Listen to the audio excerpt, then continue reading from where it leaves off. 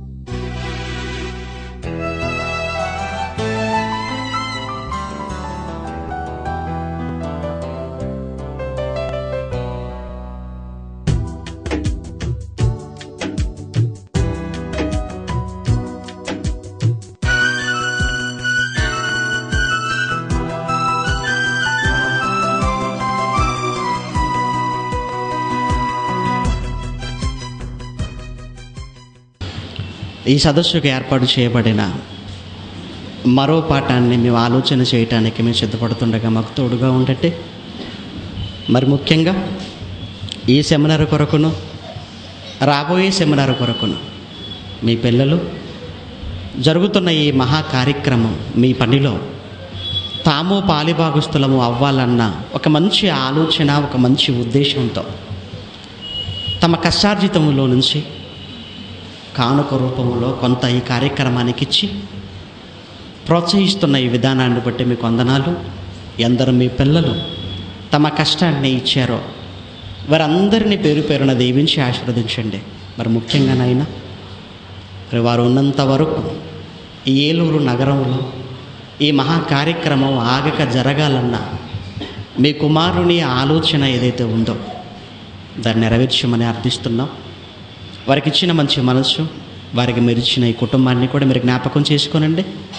మంచి ఆరోగ్యాన్ని, ఆయుష్ను కుటుంబంలో ఉన్న ప్రతి ఒక్కరికి ప్రసాదించమని, మరి ముఖ్యంగా కూడొచ్చిన మీ పిల్లలందరినీ మీ చేతులకు అప్పగిస్తూ విననయున్న ప్రతి మాటను మీ మాటగా స్వీకరించగలిగి మీ కొరకు మనసారా బ్రతకగలిగి మీరున్న ఆ లోకానికి చేరువయ్యే భాగ్యాన్ని ప్రసాదించమని కోరుతూ క్రీస్తు నామాని ప్రార్థన మీకు సమర్పిస్తున్నాము తండ్రి. ఆమేన్.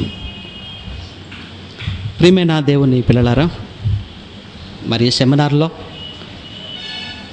మిగిలిపోయిన మరో ప్రాముఖ్యమైన ఆలోచనాత్మకమైన పాఠం దేవుని ఆకలిని తీర్చేదెవరు. సహజంగా ఈ మాట వినగానే అందరిలో ఒక సందేహం, అందరిలో ఒక ఆలోచన, దేవునికి ఆకలి ఉంటుందా అని. ఆకలి అన్న ఈ పదం మనిషికి సంబంధించిన పదం కదా. ఆకలి మనిషికి అవ్వాలి, ఆకలి మనిషికి సంబంధించినది కదా. అటువంటిది దేవుని ఆకలి అంటున్నారేంటి? ప్రియమైన దేవుని వాళ్ళారా, నిజంగా ఈ 66 పుస్తకాలను అర్థం చేసుకుంటే దేవుని ఆకలి ఏంటో మనకు అర్థమవుతుంది. దేవునికి కూడా ఆకలి ఉంది. కానీ ఆయన ఆకలిని అర్థం చేసుకోవటంలో నాటి నుంచి నేటి వరకు మనుషులంతా విఫలమైపోయారని చెప్పాలి. అది క్రైస్తవులే కానివ్వండి, క్రైస్తవేతరులే కానివ్వండి. ఈ సమాజంలో దేవుడి గురించి అనగానే అదొక చిన్న అభిప్రాయం, చిన్న ఆలోచన దేవుడి విషయంలో మనుషులందరికీ ఉంటుంది.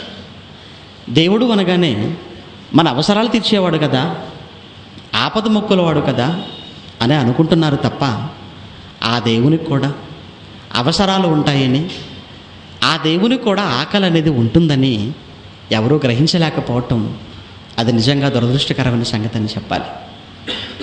మరి దీన్ని ఎవరు గ్రహించగలరంటే బైబిల్ను అర్థం చేసుకున్న వాళ్ళు మాత్రమే. కారణం, బైబిల్ అనగా దేవుని మనసు అని అర్థం. బైబిల్ అనగా దేవుని మనసు. బైబిల్ను చదవటం అనగా దేవుణ్ణి చదువుకోవటం అని అర్థం. బైబిల్ను ధ్యానించటం అనగా దేవుణ్ణి ధ్యానించటం అని అర్థం. అందుకే ఆ దేవుణ్ణి అర్థం చేసుకోవటానికి 66 పుస్తకాల ఆద్యంతం మనం అర్థం చేసుకోవాల్సిన పరిస్థితి ఉంది. ప్రేమన దేవుని వారలారా, ఇప్పటి వరకు దేవుని ఆకలి అన్న ఈ పదమే అసలు ప్రపంచానికి కొత్త పదంగా ఉండటం. దేవునికి ఆకలి ఉందా అనగా ఉందని బైబిల్లో వ్రాయబడిన ఒక మంచి మాటను బట్టి మనం సులువుగా అర్థం చేసుకోగలం. అదే కీర్తనకారుడు రాసినటువంటి 51వ కీర్తన గ్రంథం 51వ అధ్యాయం 10వ వచనంలో, కీర్తన గ్రంథం 51వ అధ్యాయం 10వ వచనంలో, 50వ అధ్యాయం 10వ వచనంలో, కీర్తన గ్రంథం 50వ అధ్యాయం 10వ వచనంలో, అడవి మృగములన్నీ, 1000 కొండల మీద పశువులన్నీ నావే కదా. చూసారని ఏమంటున్నాడు ఆయన? కొండలలోని పక్షులన్నిటినీ నేను ఎరుగుదును కదా, పొలములలోని పశువాదులు నా వశమై ఉన్నవి కదా, లోకమును దాని పరిపూర్ణతయు నావే. ఎవరి మాటలండివి? దేవుని మాటలండి. దేవుని మాటలు. లోకమును దాని పరిపూర్ణతయు నావే అని ఎందుకంటున్నాడండి? ఇవన్నీ నావే అని దేవుడు చెప్పవలసిన అవసరత ఎందుకు ఏర్పడింది ఇక్కడ? దేవుడు ఇవన్నీ నావే, ఈ లోకంలో ఉన్న ప్రతిదీ నాదే నాదే నాదేనని దేవుడు చెప్పవలసిన అవసరత ఇక్కడ ఎందుకు ఏర్పడింది అంటే, ఇక్కడ ఏదో జరుగుతుందన్నమాట. మొత్తానికి దేవునికి మనుషులకు మధ్య ఏదో జరుగుతుంది. మనుషులు దేవుణ్ణి అర్థం చేసుకోవటంలో విఫలమైపోయారు.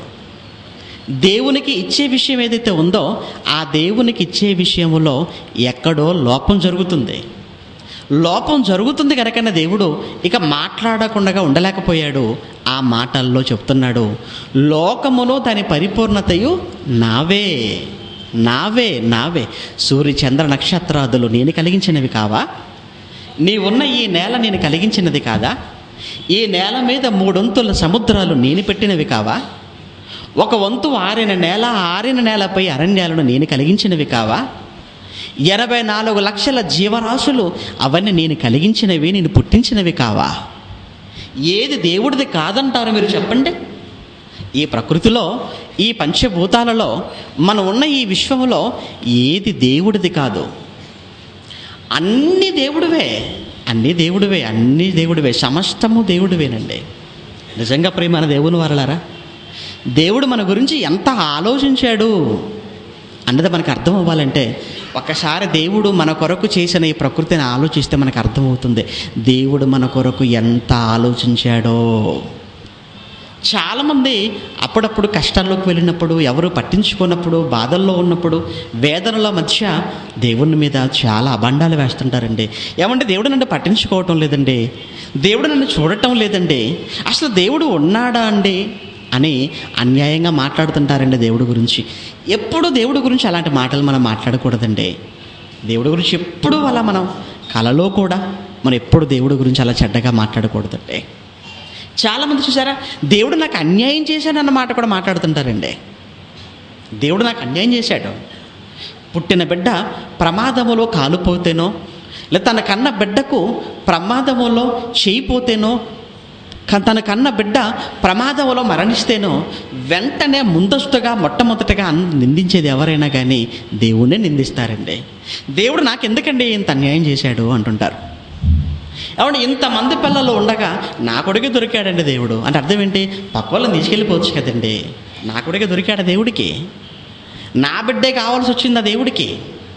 దేవుడు నాకు అన్యాయం చేశాడండి అంటుంటారు. దేవుడు నీకు అన్యాయం చేశాడా?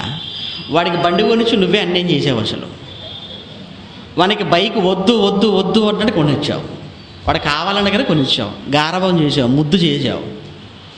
40-50 వెళ్ళవలసిన వాడు నన్ను మించిన వాడు లేడనుకున్నాడు. పరిగెత్తుకుని వెళ్ళిపోయాడు బండి మీద. ఆగుండదానికి గుద్దాడు, కాలు చేతులు పోగొట్టుకున్నాడు, ప్రాణం పోగొట్టుకున్నాడు. ఇప్పుడు తీరిగ్గా వచ్చి దేవా నాకు అన్యాయం చేసావంటే బండి కొనిచ్చింది ఆయన? పోనీ దేవుడు ఏమైనా వాడికి డ్రైవింగ్ నేర్పించాడా? ఇప్పుడు డ్రైవింగ్ నేర్పించిన ఆయన కూడా ఆయన కాదు కదా. పోనీ వాడికి లైసెన్స్ ఇచ్చింది దేవుడా? డ్రైవింగ్ లైసెన్స్ అది కాదే. బండి కొనిచ్చింది దేవుడు కాదు, డ్రైవింగ్ నేర్పించింది దేవుడు కాదు, లైసెన్స్ ఇచ్చింది దేవుడు కాదు. దేవుడా నాకు అన్యాయం చేసావని మాట్లాడుతున్నావు. అన్యాయంగా మాట్లాడుతున్నారు కదా. అన్యాయంగా మాట్లాడుతున్న మాట అంటే ఏదో ఈవిడ దేవుడికి ఏదో బ్రతుకున్నంతకాలం న్యాయం చేసినట్టు. భూమి మీదకి వచ్చింది మొదలుకొని ఇప్పటి వరకు దేవుడికి బాగా న్యాయం చేసి చేసి చేసి దేవుడు ఒక్కసారిగా ఈవిడికి ఏదో అన్యాయం చేసినట్టుగా. అసలు భూమి మీద ఇప్పటి వరకు కుటుంబంలో ఎవరండి దేవుడికి న్యాయం చేస్తున్నదంటారు చెప్పండి? అందరూ దేవుడికి అన్యాయమే చేస్తున్నారండి. అయినా దేవుడు అందరికీ మేలు చేస్తూనే ఉన్నాడండి. ఎంత మంచివాడంటేనండి, పరలోకంలో ఉన్న కన్న తండ్రి నీతిమంతులని లేదు, అనీతిమంతులని లేదు. నీతిమంతుల మీదనో వర్షాన్ని కురిపిస్తున్నాడట, అనీతిమంతుల మీద కూడా వర్షాన్ని కురిపిస్తున్నాడు.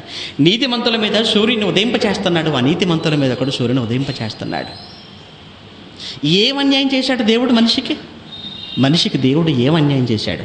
ప్రభుత్వాలనికి అన్యాయం చేయవచ్చు, నాయకులనికి అన్యాయం చేసి ఉండొచ్చు, నీ ఇంట్లో ఉన్నవారికి అన్యాయం చేసి ఉండొచ్చు, కానీ దేవుడు ఎప్పుడు నీకు అన్యాయం చేయడు. ఆయన ఎప్పుడు దేవుడు అన్యాయం చేయడు. యోబు గ్రంథంలో ఒక మంచి మాట ఉందండి. యోబు గ్రంథం 34వ అధ్యాయం మనం చూడగలిగితే, యోబు గ్రంథం 34వ అధ్యాయం 10వ వచనంలో, యోబు గ్రంథం విజ్ఞానము గల మనుషులారా అని చెబుతున్నాడండి. నా మాట ఆలకించండి. దేవుడు అన్యాయము చేయుట అసంభవం అన్నాడా? అప్పుడప్పుడు చేస్తాడు అన్నాడండి. అమ్మో, దేవుడు అన్యాయం చేయటమా? అస్సలు జరగదు. దేవుడు అన్యాయము చేయుట అసంభవం అనగా అసాధ్యం. ఇది ఎప్పటికీ జరగనది, అది ఎప్పటికీ జరగదు. నువ్వు చేస్తే చేసి ఉండొచ్చు దేవుడికి, కానీ దేవుడు మాత్రం నీకు అన్యాయం చేయడు. ఎంత ఆలోచించాడు నీ గురించి? నీ గురించి నువ్వు రాబోతున్నావని నీ కొరకు అంతరిక్షంలో సూర్యుని కలిగించి, నువ్వు రాబోతున్నావని నీ కొరకు అంతరిక్షంలో చంద్ర నక్షత్రాలను అద్ది, నీవు రాబోతున్నావని నీ కొరకు భూమి అనేటువంటి ఒక వేదికను దేవుడు నీ కొరకు ఏర్పాటు చేసి, పచ్చికను కార్పెట్గా మలిచి, దేవుడు నీకు ఇంత చేస్తే దేవుడు నీకు అన్యాయం చేశాడా? అలా అని దేవుడు నువ్వు తినే వాటి విషయంలో ఏమైనా అన్యాయం చేశాడా? లేదు కదా. దేవుడు మనం తినే విషయంలో కూడా ఏది అన్యాయం చేయలేదండి. దేవుడు మనం ఆరగించడానికి అనగా మన ఆకలికి ఎన్ని ఆహార పదార్థాలు ప్రకృతిలో పెట్టాడండి. ఒకసారి మీరు ఆలోచించండి, ఎన్ని ఆహార పదార్థాలు ప్రకృతిలో మన కొరకు దేవుడు పెట్టాడండి. ఏమన్నా మన నోట్లో ఉన్నది 32 పండ్లండి. ఈ 32 పండ్ల కోసం ప్రకృతిలో ఎన్ని రకాల పండ్లు పెట్టాడండి బాబో, ఎన్ని రకాల పండ్లండి. ఒక దానిమ్మ, ఒక బత్తాయ, ఒక కమలాన, ఒక ద్రాక్షాన, ఒక జామ, ఒక మామిడ, ఇలా ఎన్ని రకాల పండ్లు పెట్టాడండి ప్రకృతిలో దేవుడు. నీ నోట్లో 32, కానీ ప్రకృతిలో కొన్ని వేల రకాల పండ్లు పెట్టాడు. కొన్ని వేలు. ఒక మామిడి పండ్లలోని సుమారుగా ప్రపంచవ్యాప్తంగా 2000 రకాల మామిడి పండ్లు ఉన్నాయండి. ప్రపంచవ్యాప్తంగా 2000 రకాల మామిడి పండ్లు. అనగా ఈరోజు తిన్న పండు రేపు తినకుండా నువ్వు తింటే ఆ పండ్లన్నీ అయిపోవాలంటే, ఒక మామిడి పండ్లు అయిపోవాలంటే సుమారుగా 6 సంవత్సరాలు పడుతుందండి. చూసారా? ఈరోజు తిన్న మామిడి పండు రేపు తినకుండగా, రేపు తిన్న పండు మరలా ఎల్లుండికి తినకుండగా, ఇలా ప్రపంచంలో ఉన్న 2000 రకాల మామిడి పండ్లు నువ్వు తింటే 6 సంవత్సరాలు అయిపోతే అప్పుడు ఏమైపోతాయి అన్నమాట? మామిడి పండ్లు తినటం పూర్తయిపోతాయి. ఇంకెన్నున్నాయి పండ్లు? అరటి పండ్లు ఉన్నాయనుకోండి, అరటి పండ్లలో కూడా సుమారుగా 500 రకాల అరటి పండ్లు పెట్టాడండి. ఏంటంటే దేవుడు, అమ్మో నా పిల్లలు కదా, నా పిల్లలకు ఏ లోటు ఉండకూడదు, నా పిల్లలకు ఏ కొదువ ఉండటానికి వీల్లేదు, నా పిల్లలు రాజభోజనం చేయాలి. ఒక కలెక్టర్ గారి ఇంటికి వెళ్ళినా, ఒక ముఖ్యమంత్రి గారి ఇంటికి వెళ్ళినా, ఏమంటే డైనింగ్ టేబుల్ మీద సుమారుగా 10 రకాల వంటకాలు చేసి పెడతారండి. అవన్నీ ఆయన తింటాడనా? కాదు, ఆయన హోదాకు తగ్గట్టుగా చేయాలి. ఆయన కూడా ఏదో ఒక కూర, ఒక చారు, ఒక పచ్చడితో పెట్టారనుకోండి, మన భోజనం ఆయన భోజనానికి తేడా ఏముంది? ఇంకా ఒక ముఖ్యమంత్రి గారంటే ఆయన హోదాకు తగ్గట్టుగా ఉండాలి డైనింగ్ టేబుల్ మీద. ఒక గవర్నర్ అంటే ఆయన హోదాకు తగ్గట్టుగా పెట్టాలి డైనింగ్ టేబుల్ మీద. ఒక ప్రధాని అంటే ఆయన వెళ్ళినప్పుడు ఆయన తినేది కొంచెమే కావచ్చు, కానీ ఆయన కళ్ళ ముందు మాత్రం అన్ని రకాలు పెడతారండి. అది ఆయన హోదా అండి అది. మరి మన ముందు దేవుడు ఎన్ని రకాల పండ్లు పెట్టాడు. నీకున్నది జానడే, కానీ నీకున్న ఈ జానడు పొట్టకు దేవుడు పెట్టిన ఇంత ఆహారం అండి. ఇక దేవుడు అండి ఆహారాన్ని మనకు పెట్టే విషయంలో, పండ్లు పెట్టే విషయంలో దేవుడు వాటిని కలిగిస్తున్నప్పుడు ఎంత చక్కటి జాగ్రత్త తీసుకున్నాడో నేను మీకు చెప్పనవసరం లేదండి. వాడు పండ్లు ఒక్కొక్క పండుగ ఒక్కొక్క రంగు వేసాడండి. అన్ని పండ్లకు ఒకే రంగు వేయలేదండి దేవుడు. మరలా ఎందుకు అన్నిటికీ ఒకే రంగు వేసాడు, మనం కన్ఫ్యూజ్ అయిపోతాం. బత్తాయికి అదే రంగు వేసి యాపిల్కి అదే రంగు వేసాడు అనుకోండి, ఎంత కన్ఫ్యూజ్ అయిపోతామండి. ఇంతకీ ఏది బత్తాయో తెలియదు, ఏది యాపిలో తెలియదు. బత్తాయి అదొక రంగులో ఉండాలి. యాపిల్కి వేసిన రంగు ప్రపంచంలో ఏ పెయింటర్ వేయగలడు అడగండి తీసుకెళ్ళి. యాపిల్ పండు ఏ రంగులో ఉందని మీరు చెప్పగలరు? యాపిల్ పండులో మల్టీ కలర్స్ ఉంటాయి తెలుసా? యాపిల్ పండులో మల్టీ కలర్స్, రెడ్ ఉంటుంది, గ్రీన్ ఉంటుంది, బ్లూ ఉంటుంది, యాష్ కలర్ ఉంటుంది, అన్ని కలర్స్ అందులో ఉంటాయండి. ఎవరు వేశారండి దీనికి కలరు? ఎందుకంటే దీనికి ఇన్ని కలర్స్ వేశాడు? ఎందుకంటే నేను మన కంటికి నచ్చాలంటే ముందు మనకి ఏది నచ్చాలో తెలుసా? రంగు. అవును కదండి, మన కంటికి రంగు నచ్చాలని ముందు మనకు రంగు నచ్చాలి, మన కంటికి నచ్చాలి, అప్పుడే కదండి మనం కొనేది. అలా కాకుండా మొత్తం నల్లగా చేసి పెట్టాను కూడా యాపిల్ పండు అంటే అసలు దాని దగ్గరికి వెళ్ళాలనిపిస్తుందా, దాన్ని తీసుకోవాలనిపిస్తుందా మనకు? అసలు లేదండి, మల్టీ కలర్లో ఉండాలన్నమాట. ఇలా ప్రతిదీ ఒక్కొక్క పండుగ ఒక్కొక్క రంగు వేసాడండి. ఇక మనం తినే పండ్ల విషయంలో దేవుడు ఎంత జాగ్రత్త తీసుకున్నాడంటేనండి, ఒక అరటి పండు ఉందనుకోండి, అరటి పండు అనగానే పైరున్నటువంటిది కాదు, లోనున్నది పండు, పైన దాన్ని ఏమంటారు తెలుసా అంటే దాన్ని తొక్క అంటారండి. తొక్క ఎందుకు పెట్టాడు దేవుడు? లోపల ఉన్న గుజ్జు ఏదైతే ఉందో అది పాడవకుండా ఉండాలంటే పైన ఏముండాలి? తొక్క ఉండాలి. ఇంట్లో అమ్మ అన్నం వండింది, వెంటనే మూత పెట్టింది. కూర వండింది, కూర మీద మూత పెట్టింది. ఎందుకు పెట్టావని వీళ్ళ అమ్మని అడగండి. అంటే ఏం చెప్తుంది తెలుసా? నాయన మూత పట్టకపోతే దుమ్ము ధూళి పడుతుందిరా, ఆ పడింది నీకు పెడితే నీ ఆరోగ్యం దెబ్బతింటుందిరా, అందుకే వండగానే వెంటనే అన్నిటి మీద మూతలు పెట్టాను రా అంటుంది. ఇది తల్లి ప్రేమ, నీకు బాగా అర్థమైంది. మరి దేవుడి సంగతి ఏంటి? దేవుడు పెట్టలేదనుకుంటున్నారా మూతలు? నువ్వు తినే అన్నింటికీ మూతలు తొడిగేశాడు దేవుడు, అన్నింటికీ మూతలు పెట్టాడు. అరటి పండు తినాలంటే ఏం తీయాలి? ముందు మూత తీయాలన్నమాట. ఏంటి ఆ మూత? తొక్క తీయాలి. అంటే తొక్క తీస్తున్నామంటే మూత ఓపెన్ చేస్తున్నాం అన్నమాట. ఎవరు పెట్టారేంటి? నాన్న ఏమైనా పెట్టి తెచ్చాడు? నాన్న తెచ్చాడు కదా పండ్లు అని మీరు వెళ్ళి నాన్నని అడగండి, నాన్న ఎవరు పెట్టారు నాన్న తొక్క అంటే నేనే అంటాడా? అలా అయితే తొక్క తీసి మళ్ళీ ఇవ్వండి, మళ్ళీ పెట్టమని చూద్దాం, పెడతాడేమో.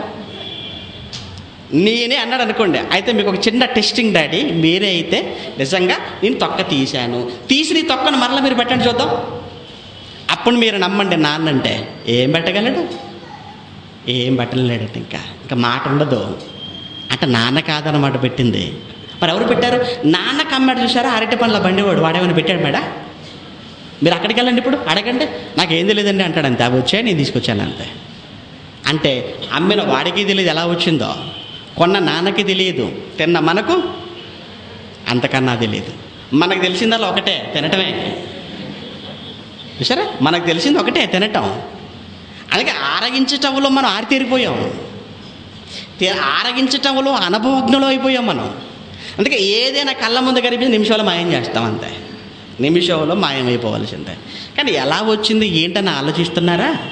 ఏమంటే మన ఆకలి కొరకు ఎవరు ఆలోచించారండి? ఇవన్నీ ఎవరు ఆలోచించారండి? ఈ ఆకలి కొరకు దేవుడు ఆలోచించాడండి. ఒక అరటి పండు అనుకోకండి, అన్నింటికీ దేవుడు మూత పెట్టాడండి. అమ్మో, అన్నింటికీ పెట్టాడు మూత. మూత లేనిది ఏదైనా ఉందనుకుంటున్నారా? దేనికి మూత లేకుండా లేదు, అన్నింటికీ మూతతో దేవుడు మనకిచ్చాడు. ఒక బత్తాయికి లేదా? ఉంది. దానిమ్మకి లేదా? ఉంది. ఒక నిమ్మకి లేదా? ఉంది. ఒక కమల పండుగ లేదా? ఉంది. దేనికి లేదు? అన్నింటికీ ఉన్నాయి మూతలు. యాపిల్కి లేదు కదా అంటారేమో. ఆహా, యాపిల్ కూడా వేసాడు దేవుడు. దానికి ఏం వేసాడు దేవుడు? దానికంటే రెయిన్ కోట్ తొడిగాడు దేవుడు దానికి. యాపిల్కి దేవుడు ఏం తొడిగాడు అనుకుంటున్నారు? Raincoat. అంటే వాటర్ ప్రూఫ్ అన్నమాట. మీరు వర్షంలో బయటికి వెళ్తున్నప్పుడు మీ శరీరం తడవకుండా శరీరం మీద ఎలా మీరు రెయిన్ కోట్ వేసుకుని వెళ్ళిపోతారో, దేవుడు కూడా ఆ యాపిల్ పండుగ పైన రెయిన్ కోట్ తొడిగాడు. నిజమో కాదో ఒకసారి ఇంటికి వెళ్ళిన తర్వాత యాపిల్ పండు పట్టుకొని టెస్ట్ చేయండి. ఎలా? యాపిల్ పండు చేతిలో పట్టుకొని పైన నీళ్ళు పోసి చూడండి, ఏమైపోతాయి? జారిపోతాయి. అంటే ఏముందన్నమాట దీనికి? రెయిన్ కోట్ ఉందన్నమాట. ఎవరు తొడిగారేంటి? దేవుడు తొడిగాడు. కాబట్టి భూమి లోపల పెరుగుతున్నాయి కదండి పల్లీలు, మనకు తెలుసు కదండి పల్లీలు భూమి లోపల. రైతులు భూమిలో పెడుతున్నప్పుడు అండి కాయతో పాటు పెట్టరు, కేవలం గింజే పెడతాడు.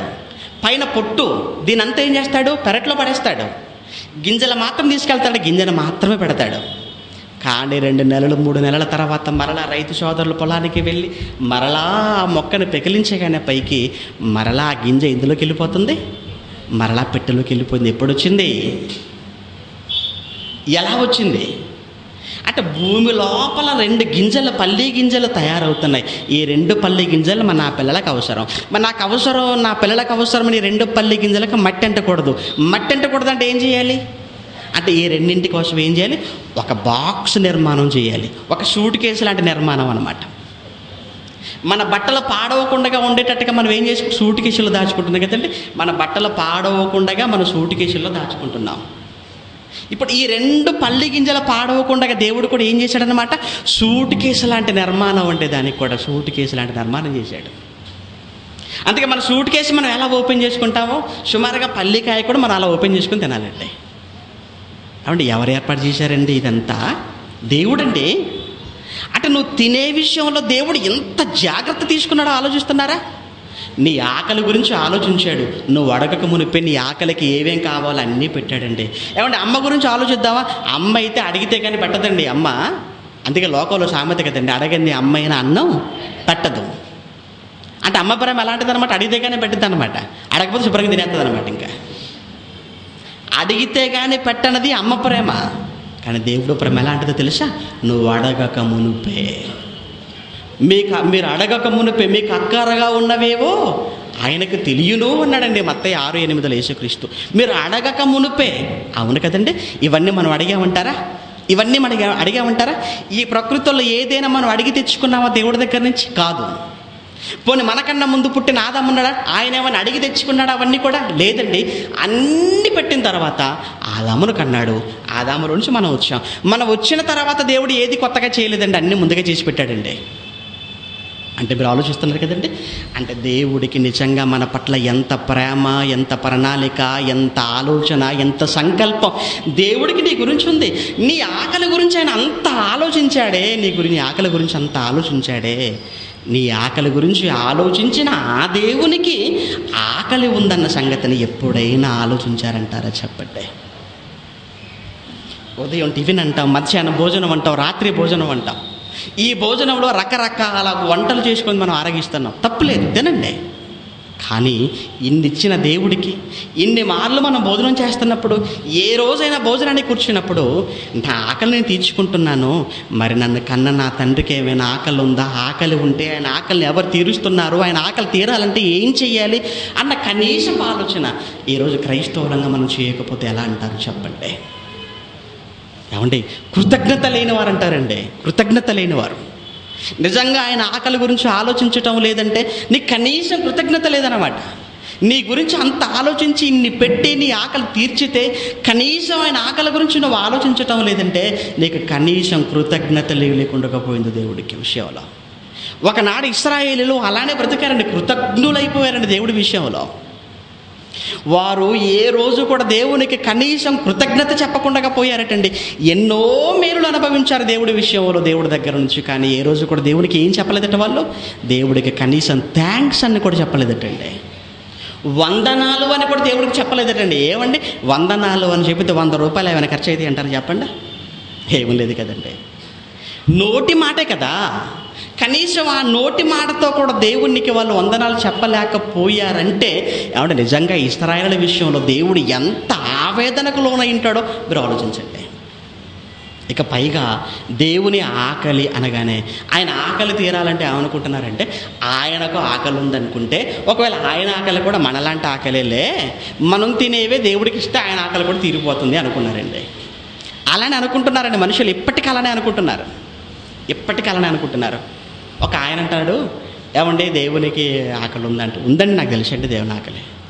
మరి ఆయన ఆకలికి మీరు ఏం పెడుతున్నారంటే, ఆయన ఆకలి కోసం అరటిపండ్లు పెడుతున్నారండి అంటున్నాడు. ఆయన ఆకలి కోసం అరటిపండు పెడతావా? ఆయన ఆకలి కొరకు అరటిపండు ఎన్ని పెడుతున్నారండి అని అడిగాను. ఒక్కటండి. నీకెన్ని? నాకు డజన్ అండి. దేవుడికి ఒక్కటా? పోనీ ఆ ఒక్కటి ఎలాంటిది తెలుసా? చిచికిన వేలంత ఉంటుందండి అంతే. అందుకని ఈ మధ్యకి రండి, అరటి పండ్ల బండి మీద కూడా అరటి పళ్ళు అమ్మే వాళ్ళు కూడా ఏమని అమ్ముతారో తెలుసా అండి? దేవుడట్టి పనులండి, దేవుడట్టి పనులండి, దేవుడట్టి పనులండి అమ్ముతున్నారండి. దేవుడట్టి పనులు ఏంటి అని దగ్గరికి వెళితే చిన్నగా ఉన్నాయి చూసారా, అవట దేవుడట్టి పనులట. ఈ పెద్దగా ఉన్నాయి ఎవరి అండి? ఇవి మనుషులు తినేటువంటి. అంటే మనిషికేమో పొడవాటివట, దేవుడికేమో చాలా పొట్టివట. కాబట్టి దేవుడికి పండ ఆవిడ నిజంగా దేవుడు ఆకలి అయితే, ఆయన ఆకలికి ఒకవేళ పండ్లే మందనుకుంటానండి, పండు తింటే నేను ఆకలి తీరుతుంది అనుకుంటానండి, అసలు ఈ ప్రకృతిలో ఏ పండు మిగలదు, అన్ని పండ్లు ఆయన తినేస్తాడు. మనకేం మిగులుతాయి తెలిసినప్పుడు? నోట్లో ఉన్న 32 మిగులుతాయి మనకంతే, ఇంకేం ఉండవు. ఎందుకు? దేవుడు అనగానే ఆయనకన్నా ఆకారం ఏంటో తెలుసా? 6 అడుగుల ఎత్తు కాదు ఆయన, ఆకాశం అంత ఎత్తున్నాడు ఆయన. అందుకే ఏమన్నాడు తెలుసండి? ఆకాశము నా సింహాసనము అన్నాడండి. ఎంత పెద్దోడండి ఆయన. ఆకాశము నా సింహాసనము, మీరున్న ఈ భూమి నా కాలు పెట్టుకునే పీట. ఒక కాలికి సరిపోద్దట మనం ఉన్న ఈ భూమి అంతా కూడా, ఇంకో పాదం ఎక్కడ పెట్టుకోవాలి? సరిపోద్దన్నమాట. అంటే ఆయన ఎత్తు, ఆయన ఆకారం ఏంటో మీరు ఆలోచించండి. నీ 6 అడుగుల ఎత్తున్న ఆకారానికే డజన్ సరిపోవంటే, ఆకాశం అంత ఎత్తున్న ఆయనకి ఒకవేళ అరటి పండే ఆయన ఆకలి తీర్చేది అనుకుంటే, అసలు ప్రకృతిలో మనం తినడానికి ఉంటాయంటారా? ఉండవండి. ఆయన దేవునికి పండుని ఎవరు చెప్పారండి? దేవునికి పండు పెడతావా? దేవునికి పండు ఒక్కటి, అది ఆ ఒక్కటైనా తింటాడా వచ్చి మరలా? ఈ డజన్ తిన్న తర్వాత ఇంకా సరిపోలేదు అనుకోండి, ఆ ఒక్కటి వైపు వెళ్ళిపోతుంటుంది చూపు అంతా విడితే. సరిగ్గా ఆ ఒక్కడికో లోపలేసుకుంటాడు. దేవుడికి ఏముంది? ఇంకా మరొక ఆయన అంటాడు, ఆవిడ దేవుడికండి కాయలంటే ఇష్టం అండి అన్నాడు. ఏ కాయలు సార్? ఏ కాయలంటే ఇష్టం అండి దేవుడికి? కొబ్బరికాయలంటే దేవుడికి బాగా ఇష్టం అండి అంటాడు. నిజమా? నిజంగా దేవుడికి కొబ్బరికాయలు కొట్టడం అలవాటు ఉందండి. క్రైస్తవుల గురించి మాట్లాడుతున్నాను. క్రైస్తవులు ఇటు గుణదలకు వెళ్ళినా, ఆ నాగార్జున సాగర్ దగ్గర ఉన్నటువంటి ఆ సాగర్ మేరీమాత దగ్గరికి వెళ్ళినా, ఆ నాగపట్నంకి వెళ్ళినా కనబడుతుంటాయండి కొబ్బరికాయలండి.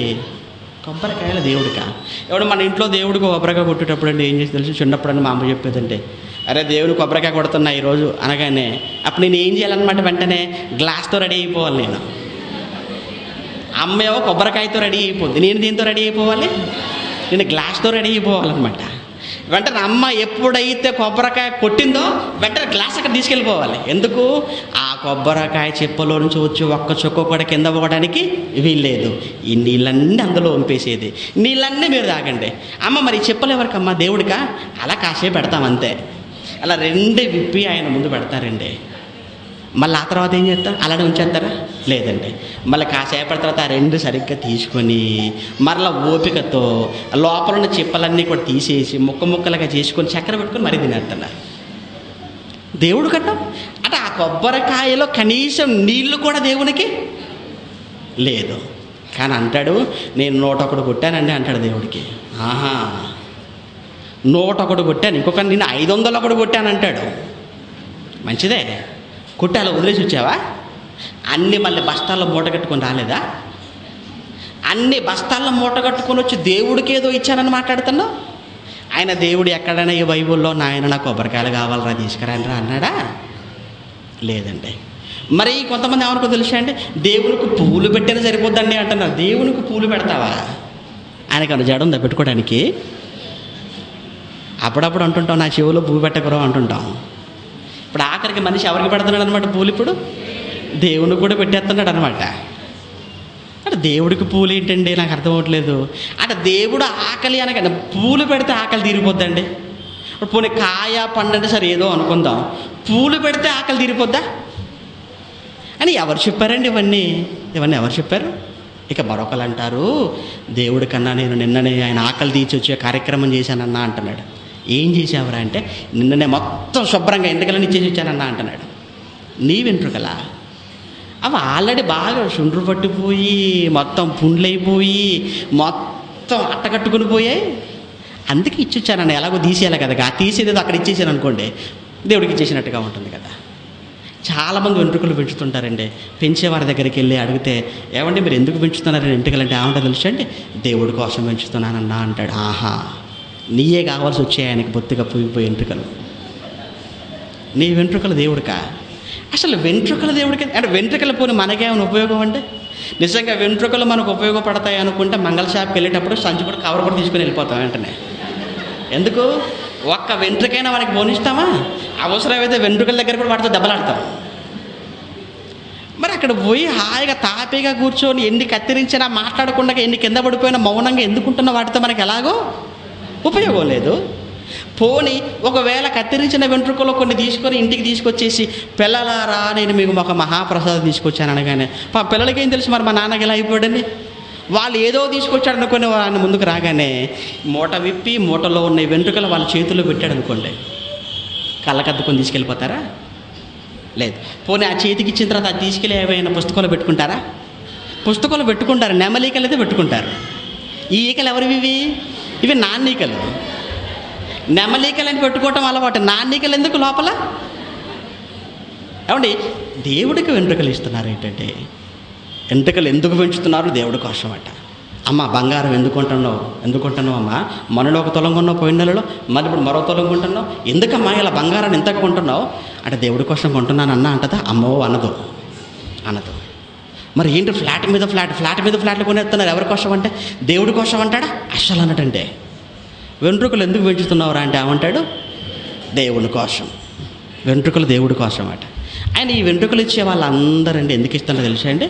ఎందుకు ఇస్తున్నారంటే, ఈరోజు ఇచ్చామనుకోండి మళ్ళీ 3 నెలలు తిరగక ముందు మళ్ళీ వచ్చేస్తాయి. ఇస్తే మళ్ళీ వచ్చేటివి కనుక ఇస్తున్నారు. ఒకవేళ ఇచ్చే ముందు దేవుడు కండిషన్ పెట్టాడు అనుకోండి, ఇచ్చే వాళ్ళందరూ మీరు జాగ్రత్తగా వినండి, ఇచ్చే వాళ్ళందరూ రెడీగా ఉన్నారు కదా, రెడీగా ఉన్నారు, అయితే ఒక కండిషన్. ఏంటి చెప్పండి దేవా? ఇప్పుడు ఇచ్చారనుకోండి, చచ్చేంతవరకు మీకు వెంట్రుకలు రావరా అన్నాడు అనుకోండి. ఇప్పుడు ఇవ్వమనండి, ఎవరు ఇస్తారు? ఏమండి, కొండ మీదకి వెళ్ళించి పరుగున మళ్ళీ కిందికి దిగి పారిపోరండి ఒక్కొక్కడు. ఉంది ఇస్తే మళ్ళీ పైసా ఖర్చు లేకుండా వచ్చేటివే కదా అనుకుని ఇస్తున్నారండి. ఆయన దేవుడు అడిగాడండి, ఇవేమైనా అడిగాడండి? ఏం అడగలేదండి. ఇప్పుడు దేవుడికి కోడిని ఇస్తుంటారు, అబ్బో దేవుడికి కోడి, దేవుడికి మేక, దేవుడికి గొర్రె, పాప ఆయన వచ్చి తింటాడే. ఆయన తింటున్నాడు ఏంటి వచ్చి? శుభ్రంగా తినేది మనమే, సొమ్మేమో ఆయింది, సోకేమో మంది, అంతే కదండి. పేరేమో ఆయింది, ఊరేమో మంది అన్నమాట. అలా అయిపోయింది పరిస్థితి. ఇవన్నీ చూశాడండి దేవుడు, ఇవన్నీ చూశాడు మనుషులలో, ఇవన్నీ చూశాడనమాట. ఇవన్నీ చూసి అంటున్న మాట అండి, ఏ మాట? 50వ అధ్యాయం 12వ వచనంలో అన్నమాట ఇప్పుడు మనం చదువుకుంటున్న మాట. ఇప్పుడు ఈ మాట ఎందుకు అంటున్నాడు దేవుడు అంటే, ఇవన్నీ చూశాడు, ఇవన్నీ చూసి ఆఖరణ అంటున్న మాట అనమాట. ఏమంటున్నాడు ఆయన? ఇగో లోకమును దాని పరిపూర్ణతయు నావే, లోకమును దానిలో ఉన్న సమస్తమును నావే. కోడెవరిది? నాదే. మేకవరిది? నాదే. పువ్వెవరివి? నావే. కాయలవరివి? నాయే. అన్ని నా వాటిలోంచి మీరు నాకు ఇస్తారా? ఎంత గొప్పలో అయిపోయారా మీరు? ఇవన్నీ నేను మీకు ఇచ్చినవి, నేను మీకు ఇచ్చినయే మరలా మీరు నాకేదో త్యాగం చేస్తున్నంత బిల్డపిస్తున్నారనమాట. అంతేనా? అందుకే అన్నాడు, లోకమును దానిలో ఉన్న సమస్తమును నావే అని. తర్వాత మాటలు ఏమంటున్నాడు చూడండి, ఇదిగో నేను ఆకలి కొనినను మీతో చెప్పను అనేసాడండి. నేను ఆకలి కొనినను నేను మీతో చెప్పను అంటే ఆకలి లేదనా, ఆకలైనా చెప్పను అంటున్నాడంటే అర్థం చేసుకోండి. నేను ఆకలి కొనినను మీతో చెప్పనంటే దేవునికి ఆకలి లేదనా? ఉంది, కానీ నా ఆకలిని నేను మీతో చెప్పను. ఎందుకంటున్నాడంటే దేవుడికండి విసుగు వచ్చేసిందండి. ఏమండి, ఎవరింటికైనా వెళ్ళినప్పుడు అంటే వాళ్ళు మమ్మల్ని అడుగుతారండి, ఏమండి మీరు ఏం తింటారండి, ఏమి తినరండి అని అడుగుతారు. అప్పుడు మేము ఏం చెప్తాం? ఇక మేము పలానా తింటామండి, పలానా తినమండి అంటాం. అప్పుడు మేము తినగలిగింది పెట్టారనుకోండి, మరోసారి మేము ఇంటికి వెళ్ళినప్పుడు ఆకలి అవుతుందా అంటే ఆకలి అవుతుందండి అంటాం, అన్నం హాయిగా ఆరగించేస్తాం. కానీ మేము ఏదైతే తినమో అదే మాకు పెట్టారనుకోండి, మొదటిసారి పోలని అడ్జస్ట్ అవుతాం. రెండోసారి మరలా వెళ్ళినప్పుడు మరలా మేము తినందే పెట్టారనుకోండి, ఇక మూడోసారి వెళ్ళినప్పుడు అడుగుతారు, ఏమని, ఏమండి ఆకలిగా ఉందండి అంటారు. ఆల్రెడీ ఆకలిగానే ఉంది, కానీ ఇప్పుడు ఏం చెప్పాలి మేము ఇప్పుడు? ఇక లేదండి ఆకలి అవటం లేదండి. ఆకలి అవటం లేదు, అవుతుంది, కానీ ఎందుకు? గతంలో 2 సార్లు అనుభవం. ఆ 2 సార్లు శరీరానికి పడనవి, మాకు ఇష్టం లేనివి తిని ఎంత అస్వస్థతకు లోనయ్యేమో వీళ్ళకేం తెలుసు. అందుకే మాకు గతంలో అనుభవాలు జ్ఞాపకం వచ్చాయి. ఆకలితో ఉన్నాం, కానీ మేమేం చెప్పుకోవాల్సి వస్తుంది ఇప్పుడు? ఆకలి అవుతున్నా లేదండి, ఆకలిగా లేదులేండి అని అంటున్నాం అన్నమాట. ఇప్పుడు దేవుడి పరిస్థితి కూడా సుమారుగా అలానే వెళ్ళిపోయింది. ఎందుకంటే ఇవన్నీ ఇస్తున్నారు, ఇవన్నీ ఇచ్చి ఆయనకి ఇష్టం లేనివన్నీ ఇచ్చి ఆయన ఆకలి తీర్చామనుకుంటున్నారు. అందుకే దేవుడు అంటున్నాడు, ఇదిగో నేను ఇప్పుడు ఇక ఆకలి కొనినను నేను మీతో చెప్పను. దేవునికి ఆకలి ఉందండి, ఉంది. ఆయన ప్రేమన దేవుని పిల్లలారా, నిజంగా ఆయన ఆకలి ఏంటో మనకు అర్థం అవ్వాలంటే భూమి మీద ఆయన ఆకలి తీర్చిన ఒక ఆయన ఉన్నాడండి, ఆయన యేసుక్రీస్తు అండి. ఆయన ఒక్కసారి మనం కదిలించగలిగితే, యేసుక్రీస్తుని మనం అడిగితే ఆయన ఆకలి ఏంటో మనకు అలా చెబుతున్నాడండి. తండ్రి అయిన దేవుని ఆకలి ఏంటో, ఆయన కుమారుడుగా భూమి మీదకి వచ్చిన వాడుగా, ఆయన ఆకలి తీర్చిన వాడుగా యేసుక్రీస్తుల వారు ఏం చెబుతున్నారో ఆయన ఆకలి గురించి అనే విషయాన్ని మనం ఆలోచించగలిగితే, యోహాను సువార్త 4వ అధ్యాయం, యోహాను సువార్త 4వ అధ్యాయం 27వ వచనం నుంచి మనం చూడగలిగితే, యోహాను సువార్త 4వ అధ్యాయం 27వ వచనంలో యేసుక్రీస్తుల వారు సుకారు అను గ్రామానికి వెళ్ళాడు. ఆ సుకారు అను గ్రామానికి వెళ్ళడానికి ముందు శిష్యులతో పాటు వాక్యం ప్రకటించి ప్రయాణం చేసి ఆ సుకారు అను గ్రామానికి వచ్చేసరికి అలసిపోయాడు. అలసిపోయిన యేసుక్రీస్తు దాహంతో ఉన్నాడు. దాహంతో ఉన్న ఆయన అక్కడ ఉన్నటువంటి ఆ యాకోబు బావి యొద్ద కూర్చొని ఉన్నాడు. శిష్యులు ఏం చేశారంటే, శిష్యులనేమో యేసుక్రీస్తు ఊరిలోనే పంపించారు భోజనం కోసమని. అంటే యేసుక్రీస్తు ఆకలితో ఉన్నాడు, ఇక్కడ ఆకలితో ఉన్నాడు. ఆకలితో ఉన్న ఆయన శిష్యుల్లో భోజనం తెమ్మని చెప్పి ఊళ్ళోనే పంపాడు. ఆయన మాత్రం యాకోబు బావి యొద్ద కూర్చున్నాడు. ఇలా బావి యొద్ద కూర్చున్న అదే సమయంలో ఒక స్త్రీ వచ్చింది. ఆ స్త్రీ సమరయ స్త్రీ. ఆ స్త్రీ యేసుక్రీస్తు దగ్గరికి వచ్చినప్పుడు యేసుక్రీస్తు ఆమెను అడుగుతున్నాడు, అమ్మా నాకు దాహంగా ఉంది, తాగడానికి నాకు నీళ్ళు ఇవ్వమ్మా అన్నాడు. అప్పుడు ఆ స్త్రీ అంటుంది, అయ్యా మేము సమరయ్యలో, మీరు యూదులు, మీతో మాకు సాంగత్యం ఏంటి, నేను మీకు నీళ్ళు ఇవ్వటం ఏంటి అని అంటుంది. అప్పుడు యేసుక్రీస్తు అన్నాడు, అమ్మ నేను నీకు నీళ్ళు ఇస్తాను, నేను ఇచ్చే నీ నీళ్ళు తాగితే నువ్వు ఎప్పటికీ తప్పికొనవు అన్నాడు. అనటమే కాకుండా ఈ స్త్రీ ఎవరో అన్న విషయాన్ని ఆ స్త్రీ చెప్పకుండానే యేసుక్రీస్తు ఆవిడ గురించి చెప్పడం ప్రారంభించాడు. అమ్మ నువ్వెవరో నాకు తెలుసు, నువ్వెవరివో నాకు తెలుసు, నీ పొజిషన్ ఏంటో నాకు తెలుసు, నువ్వు ఇప్పటి వరకు నువ్వేం చేసావో నాకు తెలుసు. ఇప్పటి వరకు నువ్వు 5 పెనిమిట్లను మార్చావు, ఇప్పుడు ఉన్నవాడు కూడా వాడు కాడు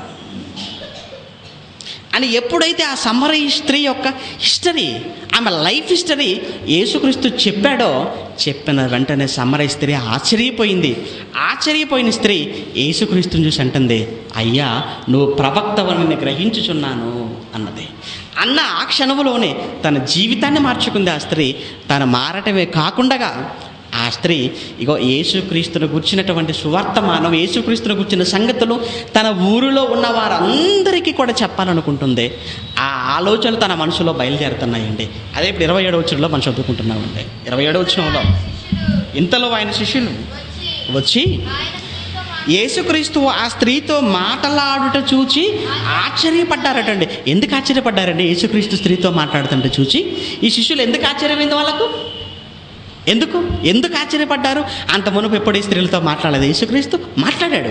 మరి ఈ స్త్రీతో మాట్లాడుతుంటే ఎందుకు ఆశ్చర్యపడుతున్నాడు యేసుక్రీస్తుల వారిని చూసి అంటే, ఈ స్త్రీ క్యారెక్టర్ లేని స్త్రీ, సమరయ స్త్రీ. అందుకే ఇలాంటి స్త్రీతో యేసుక్రీస్తు మాట్లాడడాన్ని చూసి శిష్యులు ఆశ్చర్యపడ్డారట. కానీ నీకేమి కావాలననియు, ఈమెతో ఎందుకు మాట్లాడుచున్నావని అయినను ఎవ్వడును యేసుక్రీస్తును అడగటానికి ధైర్యం చెయ్యలేదు. అయితే ఆ స్త్రీ తన కుండ విడిచిపెట్టేసింది. అదేంటండి? వచ్చింది నీళ్ళ కోసం కదండి. నీళ్ళ కోసం పరుగున ఊరి వెలుపల ఉన్న ఈ బావి దగ్గరకు వచ్చి నీళ్లు తోడుకొని వెళ్ళవలసిన ఈ స్త్రీ యేసుక్రీస్తు మాటలు విన్నది. అసలు తను ఎందుకు వచ్చిందన్న విషయాన్ని మర్చిపోయిందండి. కుండ అక్కడ విడిచిపెట్టేసింది. అంటే తన దాహం తీరిపోయిందండి. ఎవరితో మాట్లాడుతుంటే? యేసుక్రీస్తుతో మాట్లాడుతుంటే తన దాహం మర్చిపోయింది, తీరిపోయిందండి. నిజమండి. అంటే వాక్యానికి అంత శక్తి ఉందండి. అవునండి, వాక్యానికి అంత శక్తి. వాక్యం వింటుంటే దాహం మర్చిపోవటమే కాదండి, ఆకలిని కూడా మర్చిపోతామండి వాక్యం వింటున్నప్పుడు. అది నిజం అంటే ప్రాక్టికల్గా జరిగింది కదండి. యేసుక్రీస్తుల వారు మాట్లాడుతున్న సమయంలో 3 దినములు ప్రజలందరూ కూడా నిద్రాహారాలు మానుకొని, అన్నం మానుకొని యేసుక్రీస్తుల వారి మాటలు అలానే వింటూ ఉండిపోయారటండి. 3 రోజులు అయినా కానీ ఆకలి అవ్వలేదటండి యేసుక్రీస్తు మాటలు వింటుంటే. 3 రోజులు అయినప్పటికీ కూడా యేసుక్రీస్తుల వారి మాటలు విన్న వాళ్ళకి దాహం అవ్వలేదట. ఆ ప్రజలంతా అలా ఉండిపోయారటండి. మనవండి ఆ గంట వింటే చాలండి, వాక్యం చాలా కష్టం అండి. గంట మిమ్మల్ని కూర్చోబెట్టడం మహా కష్టం. ఎందుకు? ఎన్ని పనులు జ్ఞాపకం వస్తున్నాయి ఇంటి దగ్గర. ఒకవైపు లోపల ఆకలి, ఒకవైపు లోపల ఎలకలు పరిగెత్తుతున్నాయని మాట్లాడుతుంటారు. ఏమంటే నిజంగా వాక్యం అంటే మనిషికి అస్సలు పడదు. మరి ముఖ్యంగా అంటే పోనీ ఇక్కడ సెమినార్ కనుక ఇక్కడైనా మీరు గంట 2 గంటలు కూర్చుంటున్నారండి. అదే ఇక్కడ పెళ్ళి అనుకోండి, ఏమండి అసలు అరగంట వాక్యం చెప్పడానికి అవకాశం ఇస్తారండి? అసలు ఉండదండి. మీరు ఒకవేళ పెళ్ళిళ్ళకు మీరు వెళ్ళి చూడగలిగితే క్రైస్తవుల సమాజంలో జరుగుతున్న పెళ్ళిళ్ళలో అన్నిటికీ టైం ఉంటుందట, వాక్యానికి మాత్రమే టైం ఉండదండి. నిజమండి. ఏమంటే చాలా పెళ్ళిళ్ళకి వెళ్ళానండి, కానీ ఏ పెళ్ళిలో కూడా కనీసం 1 గంట వాక్యం చెప్పిన దాఖలా లేవండి నాకు. నిజం. ప్రసంగం ప్రారంభం అవుతుందో లేదో అండి, కింద నుంచి చిట్టీలు పంపించేస్తూనే ఉంటారు. ఏమని? భోజనం టైం అయిపోతుందంటే ఇంకెంతసేపు అండి అని. అరే ప్రసంగం ఇంకా ప్రారంభించలేదు, తినడానికే వచ్చారన్నట్టుగా చేస్తుంటారండి నిజంగా పెళ్ళిలోనండి. అమ్మ బాబోయ్ ఒకళ్ళని చేతులు ఎత్తుతుంటారు, ఒకళ్ళని కాళ్ళు ఎత్తుతుంటారు త్వరగా ముగించమని. ఒకళ్ళేమో వాచికలు చూస్తుంటారు, ఒకళ్ళు లేస్తుంటారు, ఒకళ్ళు తిరుగుతుంటారు, ఒకళ్ళేమో వాసన పీల్చుకుంటుంటారు. ఏంటి భోజనం అంటే ఆకలండి. నిజంగా గంట నిజంగా దేవుని వాక్యం వినగలిగే పరిస్థితి అంటే ఈరోజు లేదండి, లేదు. కానీ నిజంగా వాక్యాన్ని ఎప్పుడూ వినని సంగతులు మనం వింటున్నప్పుడు అన్నీ మర్చిపోతాం. నిజంగా ఎంతగా దేవుని పని చేస్తే ఆకలి మర్చిపోతాం అనటానికి ఒక మంచి ఎగ్జాంపుల్ ఏంటంటేనండి, ఎవరు జరుగుతున్న ఈ కార్యక్రమం ఉందండి. ఈ కార్యక్రమానికి మీరు ఇంతమంది వచ్చారు కదండి. ఎవరి గతంలో జరిగిన కార్యక్రమాన్ని కూడా వచ్చిన 100 మందిని చూసండి. కార్యక్రమాన్ని పెట్టి నిర్వహించిన పిల్లలంటే అన్నాక ఈరోజు మాకు భోజనం అవసరం లేదన్నా అనేశారు. ఎందుకు? మేము చేసిన కార్యక్రమం ఇంతగా సక్సెస్ అవుతుందని మేము అనుకోలేదు. వచ్చిన ప్రజలందరినీ చూసాం, మా కన్నుల పండగగా ఉంది, మా ఆకలి తీరిపోయింది అనేసారంటే. నిజంగా మీరు కూడా దేవుని పని ఏదైనా మీరు చేసుంటే అందులో ఉన్న ఆనందం అన్నది, అందులో ఉన్న అనుభూతి అన్నది మీరు పొందుకుంటారండి. నిజంగా దేవుని పని చేయటంలో ఉన్న ఆనందం మీరు చేస్తే మీకు అర్థమవుతుంది. దేవుని పనిలో ఉన్నటువంటి అనుభూతి అన్నది మనకి అర్థం అవ్వాలంటే మీరు కనీసం సాకారులుగా మారినప్పుడైనా కానీ అందులో ఉన్న అనుభూతి ఏంటో మీకు అర్థమవుతుందంటే. ఇక్కడ కేవలం అంటే యేసుక్రీస్తు మాటలు విన్న స్త్రీ అసలు తను ఎందుకు వచ్చిందో అనే విషయాన్ని మర్చిపోయిందండి. కుండ అక్కడ విడిచిపెట్టి ఏమైపోయింది చూడండి. ఇప్పుడు అక్కడ ఆ స్త్రీ కుండ విడిచిపెట్టి ఊరిలోనికి వెళ్ళిపోయిందట. ఊరిలోనికి వెళ్ళి ఊరిలో ఉన్న వారందరితో మాట్లాడుతుంది. ఏమనంటుందండి? మీరు వచ్చి నేను చేసినవన్నీ నాతో చెప్పిన మనుషుని మీరు చూడండి, ఈయన క్రీస్తు కాడా అని ఆ ఊరి వారితో చెప్పటం ప్రారంభించిందండి. అసలే క్యారెక్టర్ లేని స్త్రీ ఊరిలోనికి వెళ్ళి ఊరిలో ఉన్న వారందరితో చెబుతున్నప్పుడు ఊరిలో ఉన్న వారు ఆ స్త్రీ వైపు ఎలా చూసి ఉండొచ్చు? పోయి బొత్తిగా నువ్వే మాకు చెప్పొచ్చావా అని. బొత్తిగా నీ మాటలే మేము వినాలా, నువ్వు చెబితేనే మేము రావాలా అని ఆ వేసే విషయంలో ఊరిలో ఉన్న వారంతా ఒక్కొక్కరు తమకు తోచినట్టుగా, తమకు నోటుకొచ్చినట్టుగా ఎన్ని మాటలు అని ఉండొచ్చు, ఎంతగా ఆమెను బాధపరిచి ఉండొచ్చండి.